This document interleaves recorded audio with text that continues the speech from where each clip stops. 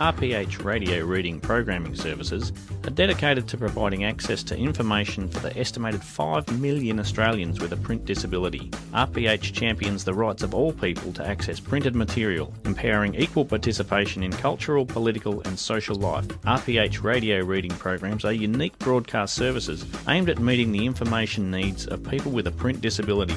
Those who are unable to effectively access printed material due to visual, physical or cognitive disability, age or low literacy. 103.9 Hope FM is commencing RPH programming on Wednesday mornings and evenings, starting with the Esperance Tide and the Esperance Express. Let us know what else you would like us to include in our RPH program, and if you'd like to get involved in the 103.9 Hope FM RPH programs, come in and see us, upstairs in Dutton Arcade, or email manager@esphopeFM.com.au. Esperance Express, Friday, August the 16th, 2019. Page 1. Esperance Lions Club's plea to community as numbers dwindle. After more than 50 years of service to the Esperance community, the local Lions Club is facing an uncertain future and is asking for support. Club membership chairman Jim Hamilton said the group had noticed a serious decline since last year. Mr Hamilton said without new members coming in, there wouldn't be a club. The full story on page 3. Hi, this is Tim from Esperance and you're listening to 103.9 Hope FM. Esperance Express, 2019, Friday, August the 16th, page 1. Tender Tension by Jacinta Burton. The Shire of Esperance says the Friends of the Esperance Tanker Jetty breached national tendering standards last week when it called for alternative timber jetty tenders to be submitted, but the group insists the move will enhance the process. The group's classified advertisement was placed in the West Australian newspaper on Saturday, August the 10th, just a fortnight after the Shire advertised the $6 million replacement jetty tender. The advertisement encouraged tenderers vying for the construction contract to lodge non-conforming tenders with methodology and costings for a timber jetty. They were also asked to send a copy to the group. Friends of the Esperance Tanker Jetty chairperson David Eltringham told the Esperance Express the move was designed to enhance the overall process and to create the transparency it had been lacking. It's good to have those backup tenders should there be unforeseen issues with the conforming tender, he said. We know there are budgetary constraints. We want these to prove that there are options. A timber jetty, reconstructed to the 1934 design, will be a huge tourism drawcard. However, Shire of Esperance Chief Executive Officer Matthew Scott said he believed the advertisement breached the Australian Standard Code of Tendering 1994 because the group was not the project principal. Mr Scott said the Shire would be making a disclosure to tenderers to confirm the group was not acting on the Shire's behalf and that the deconstruction permit issued by WA Heritage Minister David Templeman only allowed for tenders complying with the approved design to be considered. Friends of the Esperance Tanker Jetty are not the project principal, so it is completely unethical for them to have placed that ad, he said. It's not going to stop the tender process, and it's obvious that they're not aware of the regulations around this. Shire President Victoria Brown agreed and said she held grave concerns for the project if the behaviour continued, with the Shire having been given just 2 years to complete the project. It is unethical and it could severely damage the process, she said.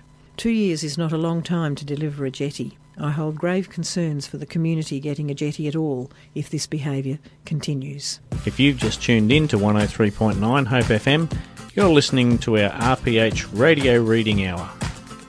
Esperance Express, Friday, August the 16th, 2019. Page 2. School Meteor Landing. Science Day by Jake Dish, Esperance Primary School. A fake meteor crash and an exciting range of space-themed activities made this year's Science Day at Esperance Primary School a success. The school held the day on August the 9th around the National Science Week 2019 theme of Destination Moon, More Missions, More Science. The national theme was run in conjunction with the 50th anniversary of the moon landing. However, it also tied in with the 40th anniversary of Skylab's crash landing in Esperance. Students had been involved in Skylab celebrations, with Year 4 student Connie Rowland winning a competition open to all local primary school students to speak with Ed Gibson, the NASA astronaut who manned the Skylab. Year 4 teacher and science coordinator Deborah Sanger said the theme allowed students to discover and investigate past space programs, new programs and missions planned for the future. Our Science Day offers many opportunities to explore big-picture thinking when investigating, understanding and utilising science, Ms Sanger said. Through collaborative learning, innovation and hands-on experiences, we are immersing our students in science and hopefully sparking a passion for the areas of science, technology, engineering and mathematics. The school's Science Day activities included making moon rocks, using coding and digital technologies to explore the moon, and designing a spacesuit and a moon colony. The day started with an alarm leading students to the discovery of the aftermath of a meteor landing. Chief Scientist and Esperance Senior High School Head of Science Paul Kruger used liquid nitrogen to create the special effects. Mr Kruger said the high school was more than happy to help local primary schools with science learning. Ms Sanger thanked the Esperance primary school staff who helped create such a memorable day, and Mr Kruger for using his expertise to help the school. And there's an image. Strange discovery. Students at Esperance Primary School gather to observe the aftermath of a meteor landing. Photo by Jack Deesh. This shows a large contingent of primary school students watching as two adults in appropriate safety gear are inspecting what looks like a large meteorite that's fallen on the oval. Hi, this is Frederick from Esperance and you're listening to 103.9 Hope FM. Esperance Express, Friday, August the 16th, 2019. Page 2. Calls to enrol for council elections. Residents are being reminded to enrol to vote and ensure their details are up to date ahead of the local government elections in October 2019. Residents and property owners in the Shire of Esperance will have until the close of business on Friday, August the 30th to update their details and ensure they meet the necessary criteria to vote. There could be as many as 5 places up for grabs on the Shire of Esperance Council in October, with more than half of the elected members nearing the end of their terms, including President Victoria Brown, Deputy President Natalie Bowman and Councillors Lara McIntyre, John Parsons and Ron Padgurskis. The Esperance Express understands that at least one of those councillors, Councillor Natalie Bowman, plans to stand again. Nominations for the council are expected to open on September the 5th and close on September the 12th, before the local government election is held on Saturday, October the 19th. To check your enrolment, visit www.elections.wa.gov.au/online enrolment system. If you've just tuned in to 103.9 Hope FM, you're listening to our RPH Radio Reading Hour. Esperance Express, 2019, Friday, August the 16th. Lions Club's Plea for Help by Jack Deesh. After decades of service to the community, a local charity is facing an uncertain future and is pleading with the public for support. The Esperance Lions Club is down to just 17 members. Club membership chairman Jim Hamilton said the group was getting older and needed young blood. The Esperance Lions Club was founded in 1968 and has served the community for 51 years. For our club to continue, we need to have new members coming in, Mr Hamilton said. Mr Hamilton said he would like to see the club double its membership. Over the years, it has dwindled down and dwindled down. We noticed it quite seriously last year, he said. A lot of members were getting older and sicker more quickly. The club started with 56 members. The Esperance Lions Club supports the community across a range of areas. It has boosted community health through initiatives such as its site clinics and the skin cancer bus. The club has also supported local organisations including the Esperance St John Subcentre and the Esperance RSL, as well as local events such as the Esperance Agricultural Show. It also runs the annual Christmas Carols by Candlelight and has assisted in times of crisis, including with fire and disaster relief. Mr Hamilton said the future of these and many other club activities was in jeopardy if more members didn't join. Our plea to the public is to please try and help us. If we can't get members, we won't have a club, he said. All I can do is ask members of the public if they can spare a couple of hours per week or even a couple of hours per month. The Esperance Lions Club holds 2 meetings per month on the first and third Tuesday at the clubhouse on Goldfields Road.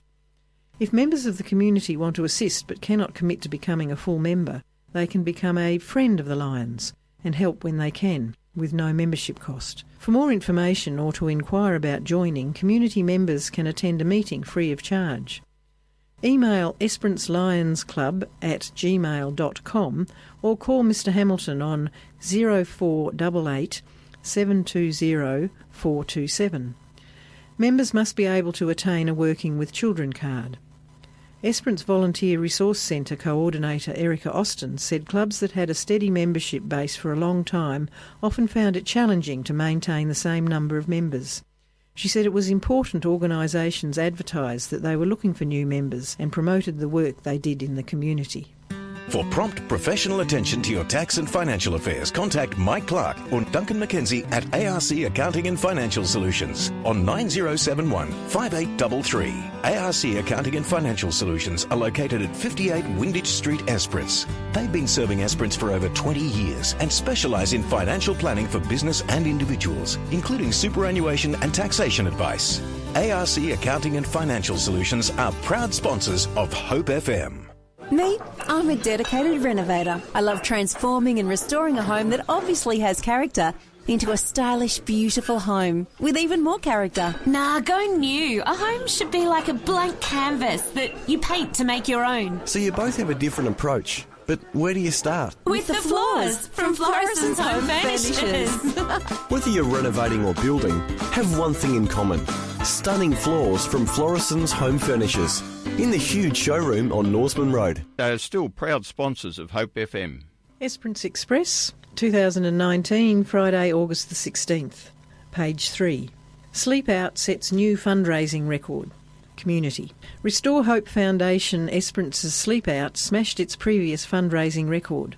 The Sleep Out on Friday, August the 9th at the Esperance Soundshell raised an estimated $11,000 for the soup kitchen. The 2019 tally easily surpassed the record set in 2018 of about $6,000. The event saw employees nominate their boss to sleep out under the stars and raise $500 or more for Restore Hope from colleagues and customers. The sleep out saw 13 participants brave the cold and at times rainy weather. Restore Hope board member Ben Pratt said the organisation was really happy with the turnout, which tripled last year's. We need funds for our organisation to continue, he said. Unfortunately, we do have overheads. Nothing is for free these days. All the funds raised help our organisation to continue. Mr Pratt said the sleep ran in conjunction with WA Homelessness Week, held from August the 4th to the 10th, and helped to raise awareness of the issue of homelessness. The article was by Jake Deitch. There's an image with the caption, Night Out. Commonwealth Bank branch manager Larissa Beebe, Rick Wilson's Esperance electorate officer Jennifer O'Byrne and Restore Hope treasurer James Durant participated in the sleep out. Photo by Jack Deesh. Hi, this is Sophia from Germany and you're listening to 103.9 Hope FM. Esperance Express, Friday, August 16th, 2019. News. Crime hits 10-year low. By Jacinta Burton. The latest statistics from WA Police show crime in Esperance is at a 10-year low, but the number of offences in the surrounding suburbs has almost doubled. Just 372 offences were committed in the suburb of Esperance in 2018-19, the lowest since 2010 and about half the number from 2012-13. Stealing made up almost one-third of all offences in Esperance and almost all of the offences in Bandy Creek.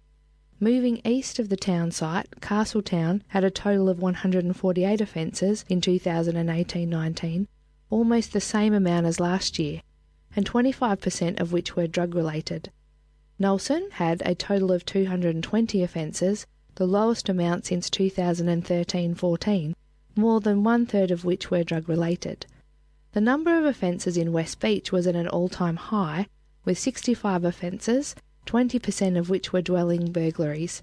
In Pink Lake, the number of offences doubled from last year to 60, 39 of which were drug-related. Chadwick had just 30 offences, half of which were drug-related, and while the number of offences in Sinclair fell from last year, it was still almost double the number recorded in 2016-17.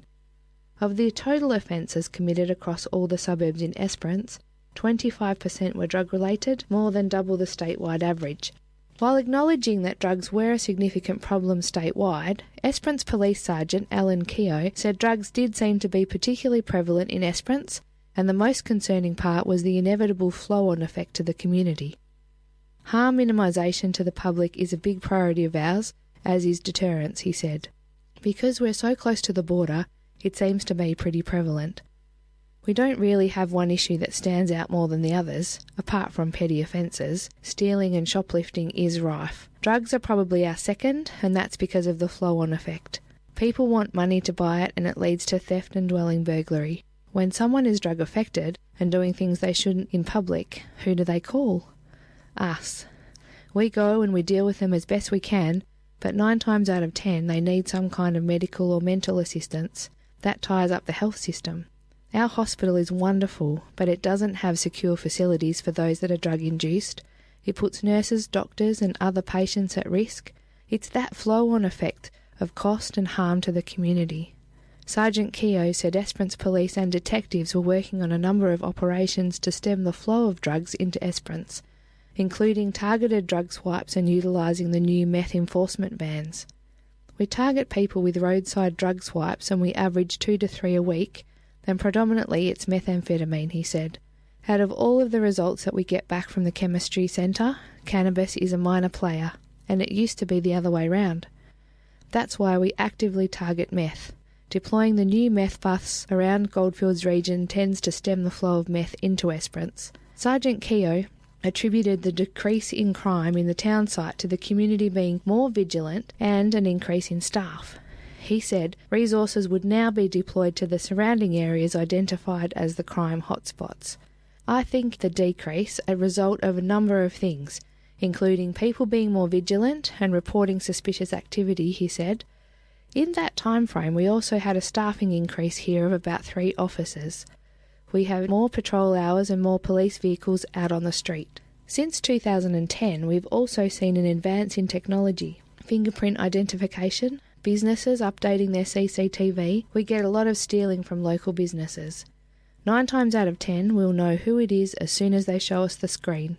We have identified hotspots where detected crime has increased and they are more of a focus now. We ascertain when these offences are occurring and deploy more resources there, which is a deterrent and a proactive measure, and we will be throwing more resources at those identified areas. Free digital mentoring. A free program to help create a community network of digital mentors will soon be underway. The Be Connected mentoring program will help locals teach elderly people how to use technology. Esperance Be Connected officer Kim Maslin said the program was an extension of existing one-on-one support to elderly people. The program is suitable to individuals wanting to help others and for organisations with elderly clients. Participants will learn digital skills and teaching skills, including how to be an active listener and how to identify digital accessibility issues for elderly people. Ms. Maslin said digital mentors only needed basic computer and phone skills. It's more about explaining things clearly to others and having patience and enthusiasm.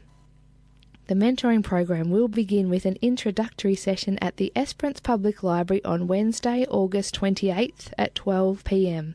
with lunch provided. Those wishing to attend are asked to register with the library by calling 9083 1500 or emailing library@esperance.wa.gov.au. Also on page 4 is some pictures of some very attractive firemen with the title A New Flame Every Month. It's about the firefighters calendar. You can obtain yours, the 2020 calendar, with free shipping Australia-wide on firefightingcalendar.com.au. Hi, this is Heather from Kalgoorlie. Stay tuned to 103.9 Hope FM. If you've just tuned in to 103.9 Hope FM, you're listening to our RPH Radio Reading Hour.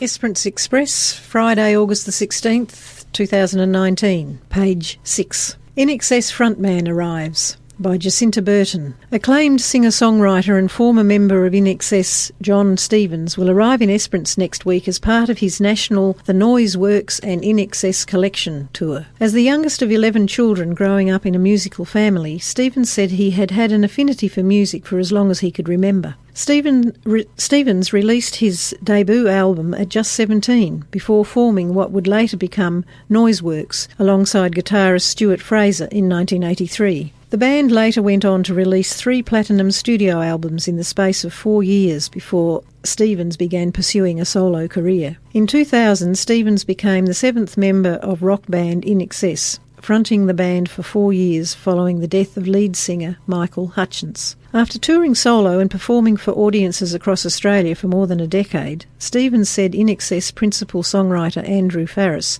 was the one to persuade him to play In Excess songs on the road. I was performing as part of a fundraiser for Rural Aid last year, and he said I was the only person who could do them, the songs, justice, Stevens said. Coming from the principal songwriter, it was really lovely. I thought, why not? Stevens started his The Noise Works and In Excess collection tour earlier this month and is set to perform at 44 locations across Australia. The tour will showcase the best of Noise Works and In Excess, aiming to get people on their feet and remind people of the songs they know and love. This is serious pub rock, Stevens said. There is a whole generation out there that have grown up with their parents' music collection and have only ever heard of pub rock. I just wanted to go back to the pubs and do the shows, and I had to get back to WA. And Stevens said the tour had been well received, with a number of shows having already sold out. The shows are selling out. People are just going nuts hearing those songs again, he said. The fans love hearing those songs again. It's exciting. I'm not in the music business, I'm in the giving business. I like making people happy. Putting smiles on people's faces with the music they grow up with makes me happy. I'm very privileged to have been in the industry for this long and to have touched many people's lives in a positive way.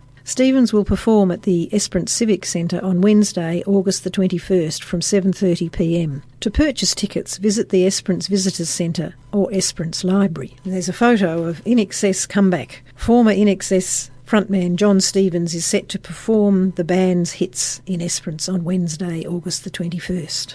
Hi, this is Janelle from Esperance and you're listening to 103.9 Hope FM. Esperance Express, Friday, August the 16th, 2019, page 6. Regional Express Record Year. Regional Express has celebrated a record-breaking year in Esperance, with almost 51,000 passengers having travelled between Perth and Esperance in the last 12 months. The figures support those of the state's tourism body, which showed visitation to the region to have increased by 45% in 2018. WA Tourism Minister Paul Papalia said he was thrilled to see the great uptake of lower-cost airfares. In May of 2016, the Shire of Esperance entered a 3-year partnership agreement with Regional Express to offer a $129 community fare until June the 30th, 2020, for bookings made 60 days prior or within 24 hours of departure. Earlier this year, the Council unanimously accepted a request from the airline to increase the Rex community fare by $10 and extend the agreement, subject to improved customer service. The fare, which equates to almost 1/3 of the full price, has been increasingly popular, with more than 25% of passengers travelling between Perth and Esperance utilising the fare. 103.9 Hope FM, bringing hope, sharing joy, building community.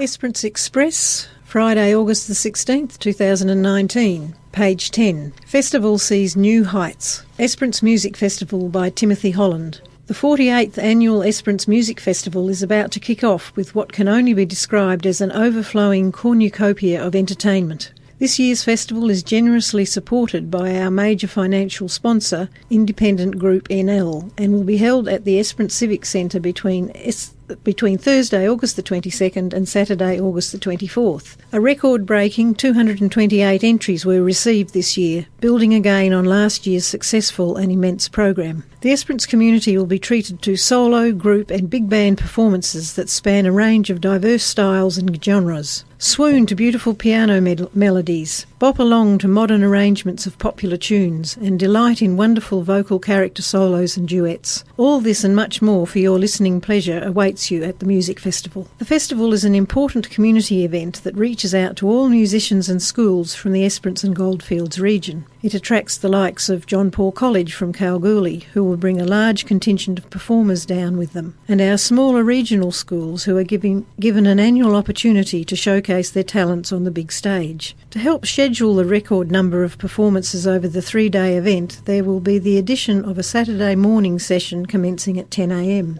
New look programs are now available for purchase at $5 from the Dempster Street News Agency. The program lists the performers and their scheduled times. Tickets will only be sold at the door, with day sessions priced at $3 for adults and $2 for concession and children. Thursday evening ticket prices are $5 for adults and $3 for concession and children, and the Friday and Saturday evening sessions will be priced at $10 for adults and $5 for concession or children. Children under 6 are free. Performers are encouraged to support other performance in their section for which they are performing, and to note that adjudicators' comments will be read out at the end of their sections. Any queries can be directed to the committee by email espmusicfest@gmail.com. We look forward to having you there. For more information on how to get involved in other upcoming community arts projects, please contact Esperance Community Arts on 90721158. Follow us on Facebook and Instagram. Email us admin@esperencecommunityarts.org.au or visit us at 67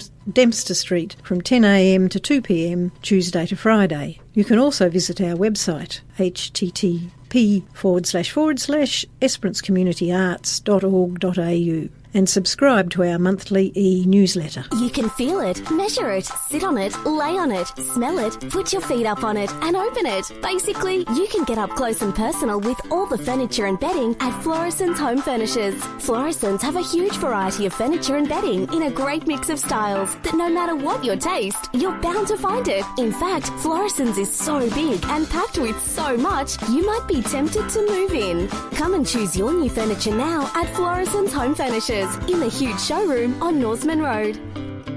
They are still proud sponsors of Hope FM. Is your alcohol consumption and drug taking causing a problem? A problem for yourself or for others? Help is available. Call us at Hope Community Services on 9071 5169 or look on our Hope Community Services Facebook. This is a 103.9 Hope FM community announcement. Full Throttle. For sales, service and repairs of all motorcycles, mowers, chainsaws and more. Full Throttle Auto. 30 Norseman Road. Your Suzuki, Polaris and Briggs & Stratton dealer. MD 24070.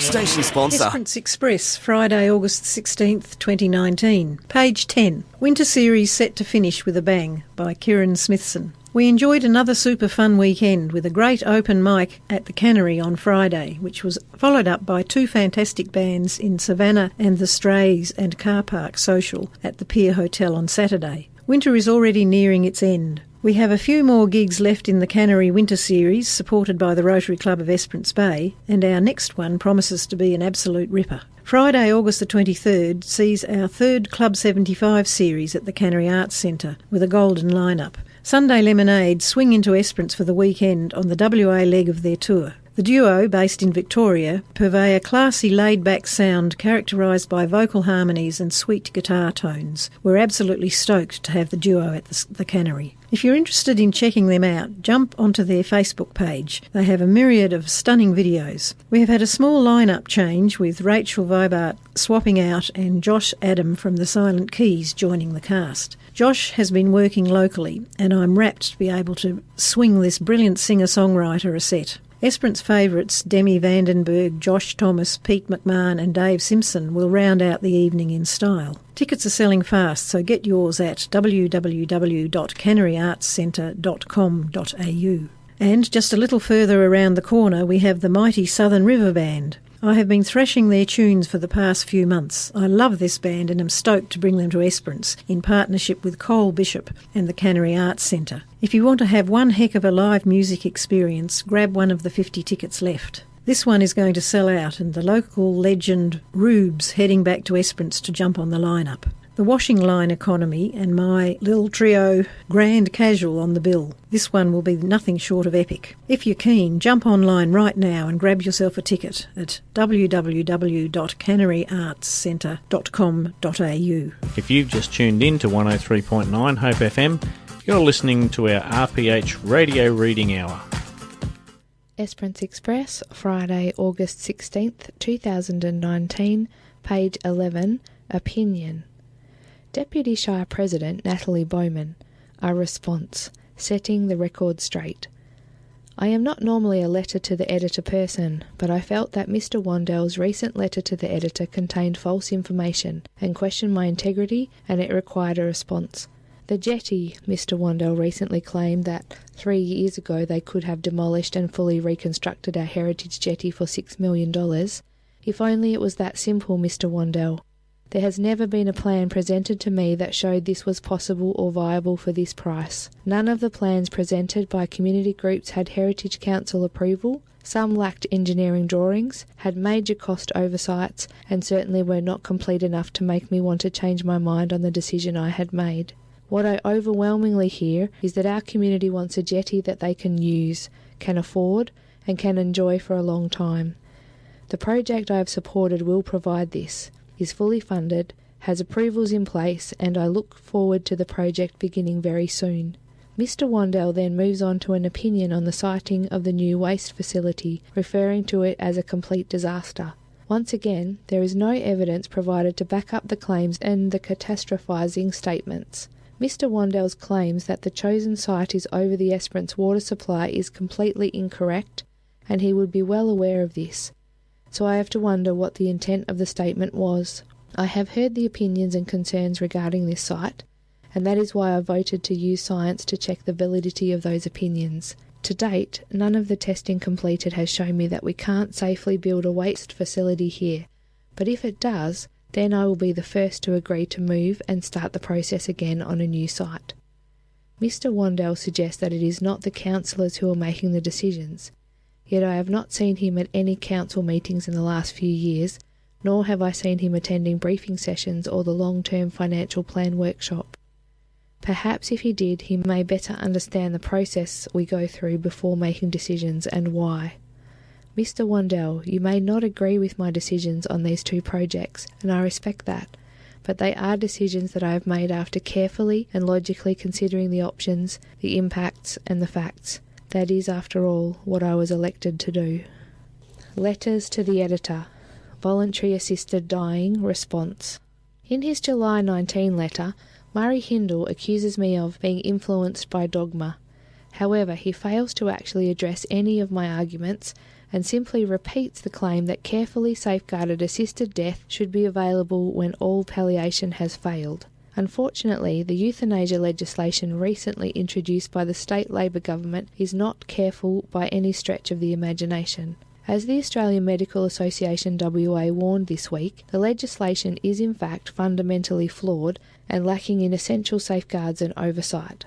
For example, there is no permit required to ensure that euthanasia actions are legal and supported by scientific evidence. There is no requirement to assess patient capacity just prior to the administration of the lethal drug. There is also no requirement for the two doctors involved to be independent of each other financially, nor to have any expertise in the medical condition experienced by the patient or palliative care. In remote areas, only one doctor is required. In many cases, it is difficult to argue that all palliation has failed when adequate palliative care hasn't even been offered. WA has the lowest number of publicly funded palliative care beds per capita in the country, and also the lowest rate of palliative carers to patients in the country, with only 15 palliative carers available for a population of 2.6 million. The situation worsens the farther one travels from the metropolitan area. Palliative care is extremely limited in rural areas and practically non-existent in remote areas. Offering people access to lethal drugs but not decent palliative care is strikingly inhumane. It is not the hallmark of a caring society. Frank Upshire, Castletown.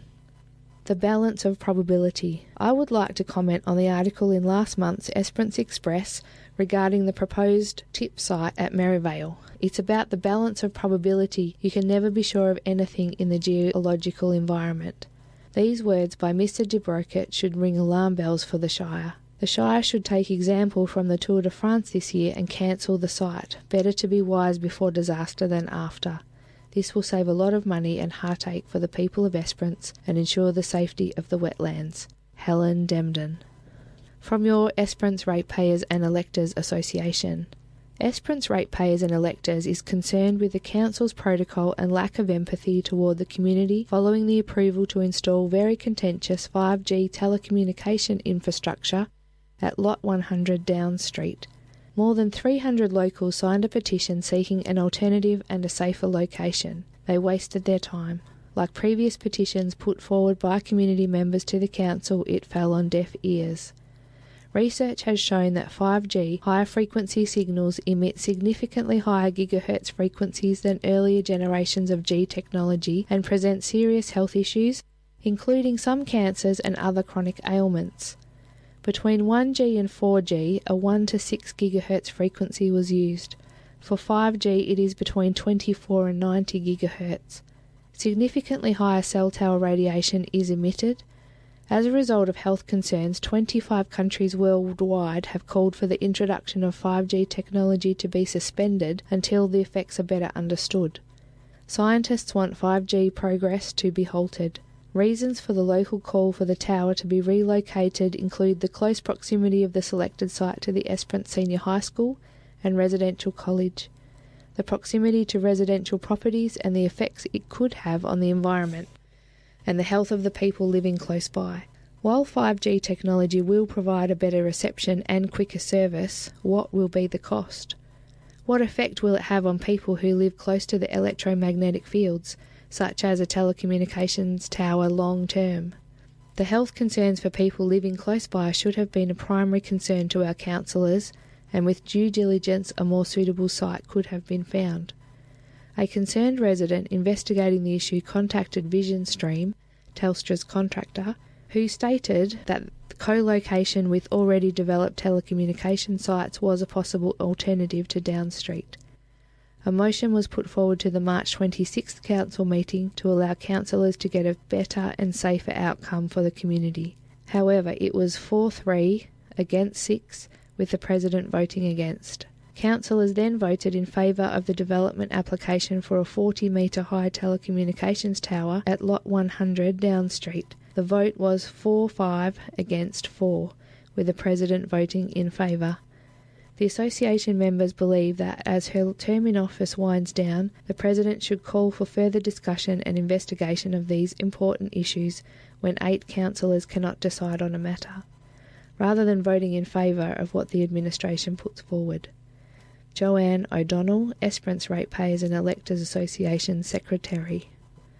Opinions and letters published in the Esperance Express do not necessarily reflect the views of the editor or the publisher.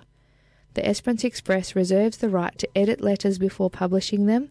Should any person or organisation wish to challenge the contents of any letter or put opinion published herein, they should put their argument in writing and forward it to the Esperance Express to be considered for publication. Web words. Regional Express record-breaking year. This service allowed my husband and I to travel from Esperance to Perth and return that day to attend the funeral of my cousin who passed while we were on holidays in your beautiful town. Smooth flight and lovely staff. Well done, Rex. Kylie DeFulvio. That's because they are willing to discount their flights closer to the depart date, really like the discounted flights. Moira Tyrrell. Those cheaper flights help to bring tourists to town. Pity Kalgoorlie didn't have the same from Qantas in Virgin instead of ripping off the people with extravagant airfares. Jenny McKay Walker. Replacement jetty tender disruption. Please, please, friends of the jetty, stand down. Sarah Kate Bonnet. Please be mindful of this in the upcoming local government elections. Have your say at the ballot box and be mindful of any nominees running with this type of logic as their sole agenda. We could risk not having a jetty at all if the current fully funded and Heritage Council approved process is undermined. The old saying, every vote counts, couldn't be more true, especially with non-compulsory voting. If you don't vote, remember, they probably will. This is my personal view and not the view of the Esperance Shire Council. Steve McMullen. Pretty unbelievable behaviour. Ken Warren. Honestly, at this rate, a jetty will never happen. Can you just stop? If we lose funding and end up with no jetty, then the responsibility is yours alone, and any legal action due to that will be justified. Just let the town get a bloody jetty. It has been 5 years since the jetty closed. 5 years of stalling. Joe Gershwitz. If you've just tuned in to 103.9 Hope FM, you're listening to our RPH Radio Reading Hour. Hi, this is Bailey from Esperance, and you're listening to 103.9 Hope FM.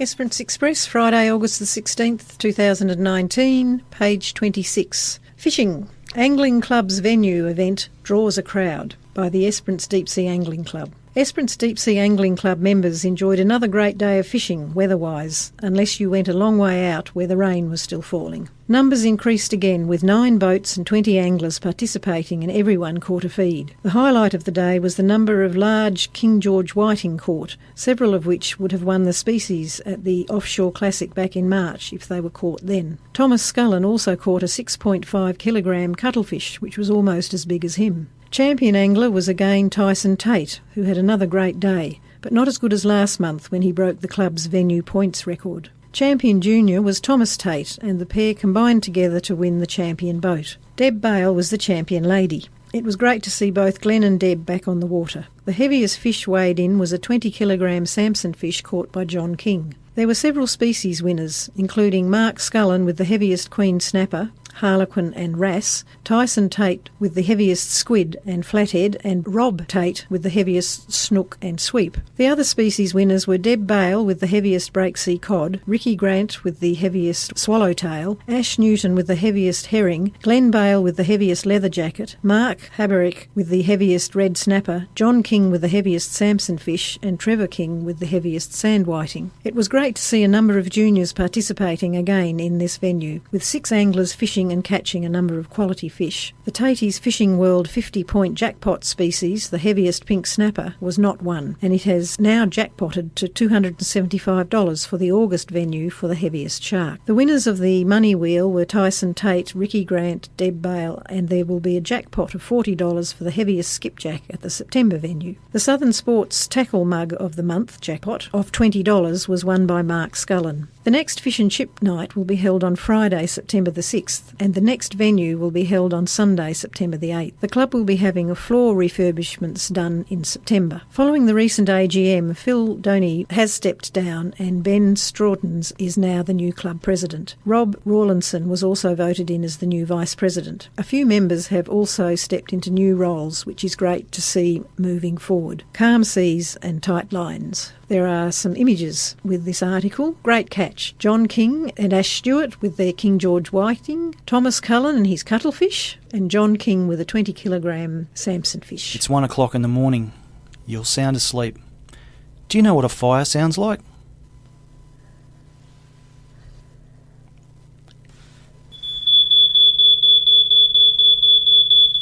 Working smoke alarms are the only thing that'll save you this winter. For more information here in Esperance, you can contact South East Fire and Safety on 9072 1253. Looking to add some spark to your life? Dewey's Electrical, specialists in solar power security systems, residential and farming power solutions. Call Dewey's Electrical on 0429 865 817, EC 11596, station sponsor. If you've just tuned in to 103.9 Hope FM, you're listening to our RPH Radio Reading Hour. Esperance Tide, August edition. August, a time to embrace what's left of what is argumentatively the worst season of the year, winter. If you are one of those weirdos who prefer the colder months, or if you're like me and are fully over it and looking for a way to get through, might we suggest a Haig approach to nailing August? Head to page 16 if you're curious as to what the heck that is. With spring creeping up faster than a rocket full of monkeys, it's an excellent time to get the gardening gloves out and give the veggie patch a bit of a much-needed TLC. Don't know where to start? Head to page 6 for our Tide Guide to growing your own fruit and veg. For those who visited us at Tide & Co.'s 6-month residency on Dempster Street, you would be happy to know we have moved and reopened at the oh-so-lovely Museum Village, under the same name. At the time of writing, we are still in the final stages, but hope to be open for the Museum Village markets on Sunday, August 4th. Why don't you come down and say hey? Love, Esperance Tide. Local and live, 103.9. Esperance Tide, August 2019 edition, page 4 and 5. Great Wines of the West, by Carly Florison. Ah, wine. Who doesn't enjoy a cold SSB on a warm day, or a nice Shiraz with dinner? Sipping a glass of your favourite wine as you spend time with friends and family is surely one of life's greatest pleasures. Here in Western Australia we are spoilt for choice, with so many amazing wines on offer and so many wine regions to visit. Sadly, Esperance's award-winning Daly Upriver wines closed in 2014, leaving the region without a commercial winery that we know of. Daly Upriver wines had been producing since 1988 after the vines were planted at the Daly Upriver property in 1976. Locals will fondly remember the popular Hellfire and Duke varieties produced by the winery. Esperance folk now need to look a little further afield for good, almost local wine, but with WA producing an incredible range of very high quality, there is a lot to choose from. Here is a quick guide to the wine-growing regions of the state and what to look out for. The Swan Valley. The Swan Valley is Western Australia's oldest wine region and the second oldest in Australia. Botanist Thomas Waters was the first to establish a vineyard in the region in 1829, establishing Olive Farm near Guildford and selling wine by the gallon. The Swan Valley has one of the hottest climates of the world's wine regions, but has not stopped the area from gaining a reputation for quality. Hortons, established in 1836, and Sandalford, established in 1840, are two of the oldest wineries in Australia. The Swan Valley produces many different varieties of wine, with Chenin Blanc and Verdelho being popular varieties. Great for a day trip from Perth, this region offers a range of interesting wines with historical and picturesque surroundings. You can even enjoy a wine cruise, sailing up the Swan River and stopping off to try local food and wine. Not to be missed, Windy Creek Estate, Olive Farm Wines, Harris Organic Wines. Try Hortons Malbec, Faber's Vineyards Verdelho. Margaret River. The Margaret River wine region has a worldwide reputation for producing high-quality wines. While the Margaret River region only produces 3% of Australia's wine, it supplies over 20% of Australia's premium wine market. The reason for the Margaret River's region status as a premier wine-producing area is due to its Mediterranean climate with very even temperatures throughout the season, very similar to that of the great wine-producing region Bordeaux in France. With a great range of boutique-sized wineries, Margaret River is a perfect area to tour and check out the wines at the cellar door. The area is renowned for Chardonnay and Cabernet Sauvignon varieties. Wine critic Matt Kramer, writing in the Wine Spectator, stated that Margaret River is producing world-class Chardonnay and Cabernet Sauvignons. With a strong maritime influence in the area, the ocean is never far away, and the views from many of the wineries are spectacular. Not to be missed, Windance Estate Wines, Yallingup, Hamlin Bay Wines, Carradale, Stella Bella Wines, Margaret River. Try Xanadu Wines, Cabernet Sauvignon, and Lewin Estates Chardonnay. Great Southern. The Great Southern is Australia's largest wine region and is practically on our doorstep. Spanning the Pongarups, Mount Barker, Albany, Denmark and the Franklin River, the Great Southern has the coolest climate of the WA wine regions. Grapes have been grown in this region since 1859, when settler George Egerton Warburton planted vines on his property near Mount Barker. With stunningly picturesque scenery and diverse landscapes, the Great Southern wine region is well worth a visit. The rich soil and cooler climate favour varieties such as Riesling, Traminer and Pinot Noir. The sheer size of this region means that there is plenty to explore, so be sure to spend at least a few days in the area. Not to be missed, Castle Rock Estate, Pongarups, Single File Wines, Denmark, Castelli Estate, Denmark. Try Howard Park's Shiraz, West Cape Howe's Cabernet Malbec. Other wine regions. Scattered throughout southwest WA are several other significant wine-growing regions. The Perth Hills are home to a number of boutique wineries that are producing varieties such as Mourvedre and Zinfandel. The Peel and Geograph regions extend downward from Perth to Busselton and have a number of exciting wineries that produce quality Shiraz, Tempranillo and Viognier varieties. Spread between the Margaret River region and the Great Southern are the Blackwood Valley, Manjimup and Pemberton wine regions.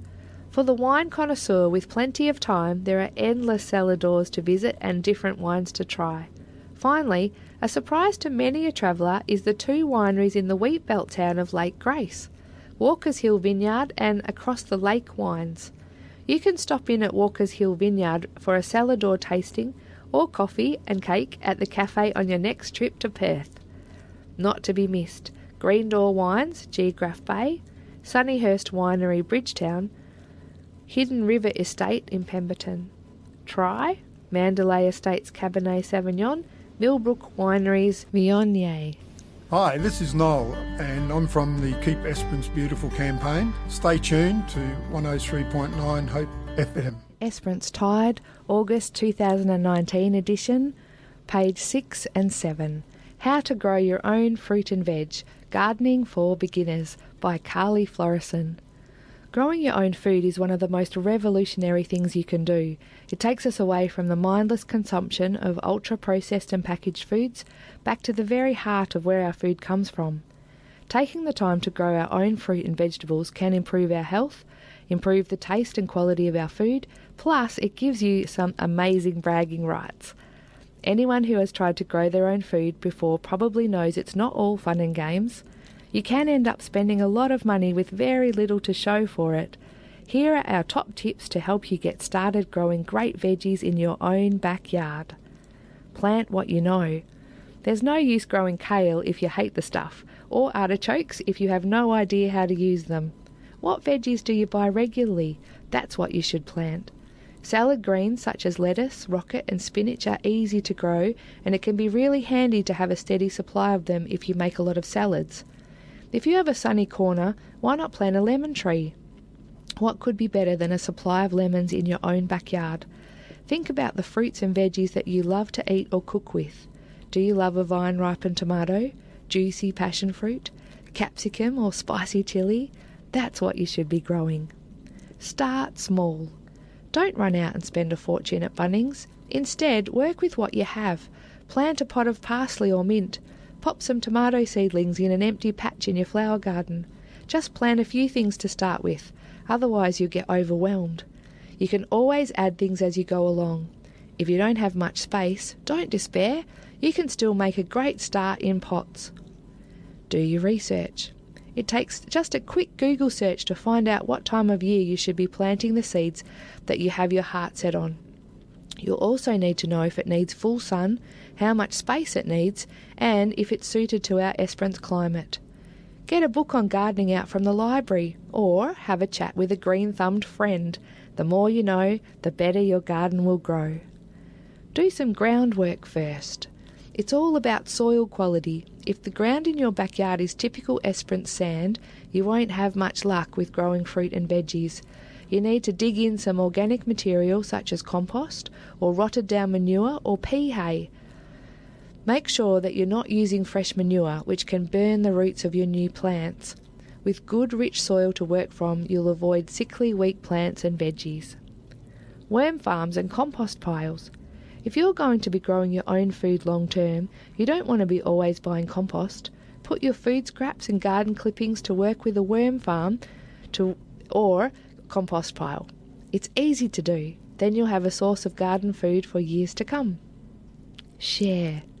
Everyone who has grown veggies know that you sometimes end up with way more than you can use.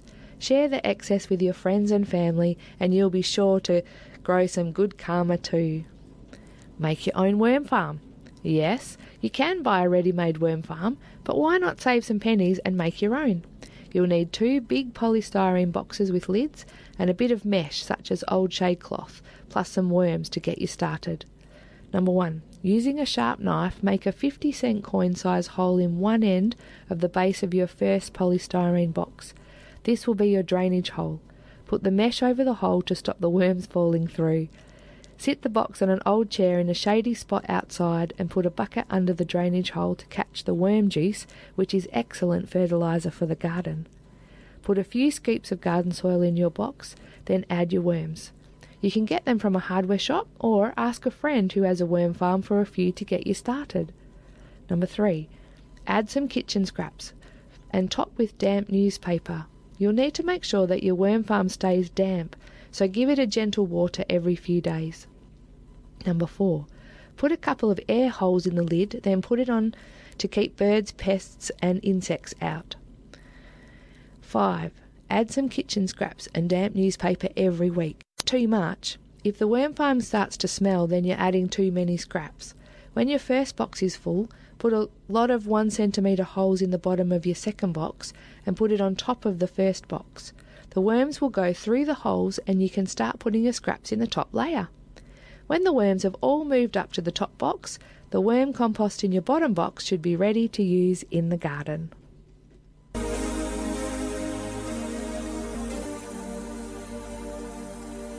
Just a heads up, the news is coming up in a few moments and it might not be suitable for little ears.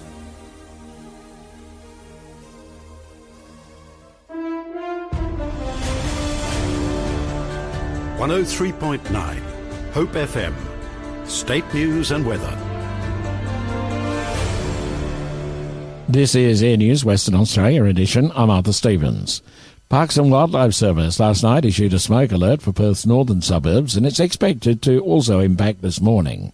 The smoke was due to Parks and Wildlife prescribed burning in the Nagara Pines and Yanchep Pines, and is expected to clear by midday.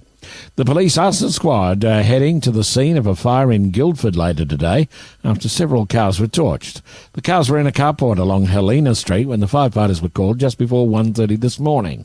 Police say it's too early to determine the cause or work out a damage bill. 3 people, including one who worked taking 000 emergency calls for the ambulance service in Perth, have been charged with disclosing official secrets. Police say the charges relate to information disclosed to people working in the towing industry. 2 men, both aged 42, will face 12 counts, while a 35-year-old woman's been charged with 7 offences. 1 man appeared in court yesterday and the other 2 will appear next month. The charges flow from an ongoing internal affairs investigation and follow corruption charges against a 32-year-old woman in January, who had worked at the Police Assistance Centre. Detectives in Geraldton are calling for information from the public to help with their investigation into a suspicious fire in Kalbarri back on Monday, 24th of June. A fire started in the main building of a tourist park on Red Bluff Road at around 3 in the morning, and caretakers and residents tried to put it out, but failed. By the time firefighters got there, the house was completely destroyed. Qantas has announced it will cap one-way prices at $400 or less to 16 remote destinations in country areas, including Karratha and Kalgoorlie. Karratha resident Chris Picker helped lead the campaign for cheaper flights and says he's pleased with the announcement. I really think Qantas have come through. A long way to go yet, but particularly the work that the City of Karratha has been doing on this in recent times has, I think, contributed to it, along with the voice of a lot of Pilbara people who've been quite vocal. New figures reveal almost 130,000 Australian children have now benefited from the NDIS. The latest quarterly report also shows around 60,000 participants under the age of 18 are receiving disability-related supports for the first time. Spokesperson Jamie Lowe says many are in Western Australia. Well, there are now more than 7,000 children under the age of 18 receiving support in Western Australia, with around 1 in 2 receiving support for the first time. Finally, in WA sport, Fremantle Dockers have sacked both their coach and chief executive officer after another disappointing season. Anwin Burrows. Ross Lyon had a year to go on his contract and has made it clear that he wanted to finish next year, but it wasn't to be. The Dockers haven't made the finals in 4 years and they've only won 9 games this year so far. CEO Steve Rossich backed Lyon and as a result has now stepped down from his position. Former Docker Justin Longmuir and Peter Sumich have both been tipped to take on the coaching role. Anwin Burrows, Perth. This is Air News Western Australia. Esperance tied August 2019, page 13, Culture Pops, August 13. If you haven't heard it yet, now you have. English stand-up comedian and actor Ross Noble is set to grace us with his humour down at the Civic Centre as part of his tour, Humanoid, a fun night of pure comedy. Tickets start at $46.90 and can be purchased through the Shire website. We will definitely see you there. August 21. Country music lovers, be sure to grab your tickets to see John Stevens' The Hits Tour, live at the Civic Centre. John Stevens is considered to be one of the country's best musicians and a legend on the live music scene. With a back catalogue jam-packed with smash hits and no shortage of great songs to choose from, John Stevens is looking forward to reliving his musical journey. Tickets are $54.85 and can be purchased through the Shire website. August 23.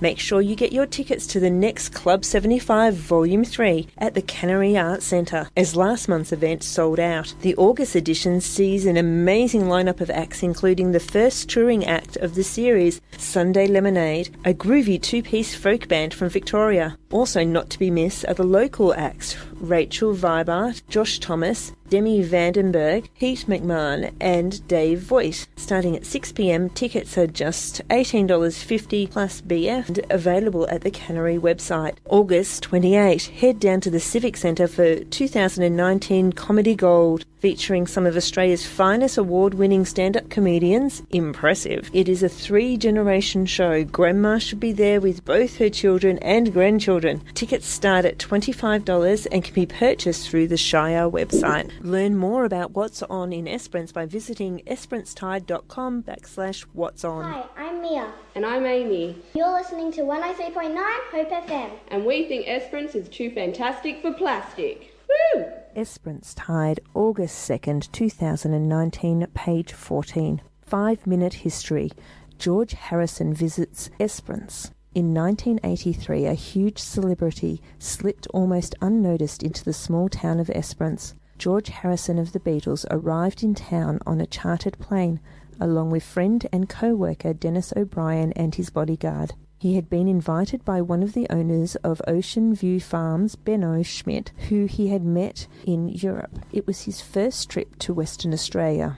While in Esperance, he stayed with co-owner and manager Tony Moore and his family out at the Alexander Bay property. George Harrison was the lead guitarist and one of the founding members of the Beatles. The songs that Harrison wrote for the group include While My Guitar Gently Weeps and Here Comes the Sun. After the Beatles broke up in 1970, Harrison went on to having a prolific solo career. He was ranked at number 11 in Rolling Stone magazine's list of 100 greatest guitarists of all time and twice inducted into the Rock and Roll Hall of Fame. Harrison also organised the 1971 Concert for Bangladesh, which was the precursor to other benefit concerts such as Live Aid, page 15. In 1983, Harrison was mainly occupied with producing films alongside Dennis O'Brien. Harrison and O'Brien formed the production company Handmade Films together and co-produced Monty Python's Life of Brian, which Harrison mortgaged his house to finance.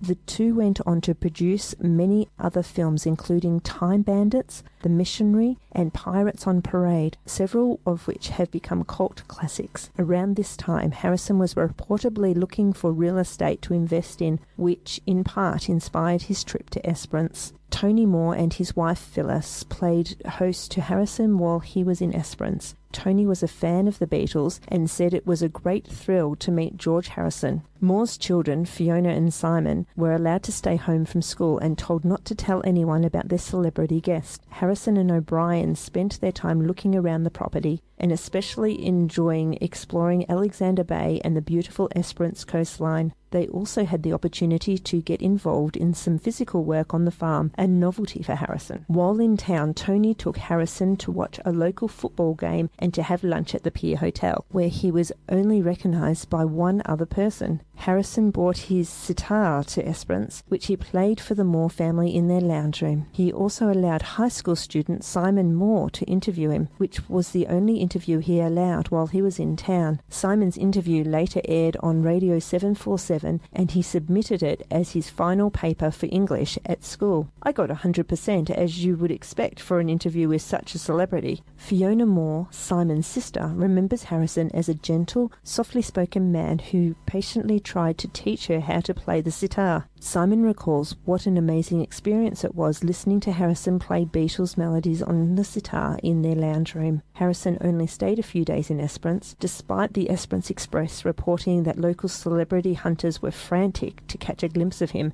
He managed to avoid the limelight. Although he was fascinated by the Esperance area, Harrison did not end up investing in any real estate in the region. In the wake of his visit, many local legends sprang up about what Harrison did while he was here. Most of them stretching the truth. George Harrison continued to have a successful solo career. He co-founded the supergroup The Travelling Wilburys in 1988 and collaborated on songs with musicians such as Bob Dylan, Tom Petty and Eric Clapton. Harrison survived a knife attack by a stalker who broke into his house in 1999 but died from lung cancer 2 years later at the age of 58. Written by Carly Florison. Hi, I'm Linny from Harmony House, the place to be, and you are listening to 103.9 Hope FM.